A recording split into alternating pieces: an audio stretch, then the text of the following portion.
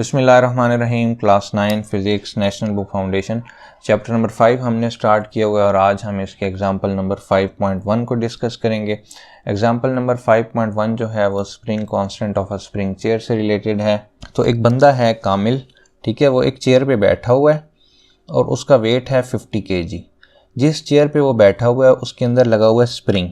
तो जाहिर सी बात है, जब किसी भी स्प्रिंग के ऊपर वेट अप्लाई होता है तो वो स्प्रिंग क्या करता है, कंप्रेस करता है।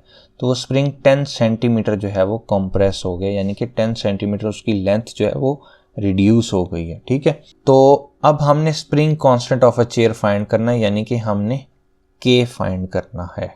तो जो गिवन डेटा है इसके लिए हमारे पास है मैस 50 kg और स्प्रिंग यानी कि जो एक्स एक्सटेंशन हो रही है स्प्रिंग के अंदर वो कितनी है, 10 सेंटीमीटर। 10 सेंटीमीटर को हम एसआई यूनिट में चेंज कर लेंगे क्योंकि ये केजी में है ना, एसआई यूनिट में है। तो लेंथ का जो एसआई यूनिट होता है वो मीटर होता है, इसको हमने मीटर में चेंज कर लिया और हमने स्प्रिंग कांस्टेंट के फाइंड करना है। यहाँ पे ये डायग्राम भी बनाई हुई है इस चेयर की, तो अब इसको समझने में आपको ज़्यादा आसानी होगी कि जाहिर सी बात है इसके ऊपर जब आप वेट लगेगा तो ये जो स्प्रिंग है ये कंप्रेस हो जाएगा। तो F इज इक्वल्स टू के एक्स हमारे पास फार्मूला होता है ना, F इज इक्वल्स टू के एक्स। अब यहाँ से अगर हमने K निकालना है तो K is equals to F by x. लेकिन अब हमें F तो पता नहीं है, हमें तो मैस पता है ना, वो फोर्स तो नहीं होती। तो मैस से फोर्स निकालने के लिए हम क्या करेंगे, W is equals to mg का फार्मूला यूज़ करेंगे, क्योंकि W क्या होता है, वेट होता है। वेट जो है वो एक फोर्स ही होती है।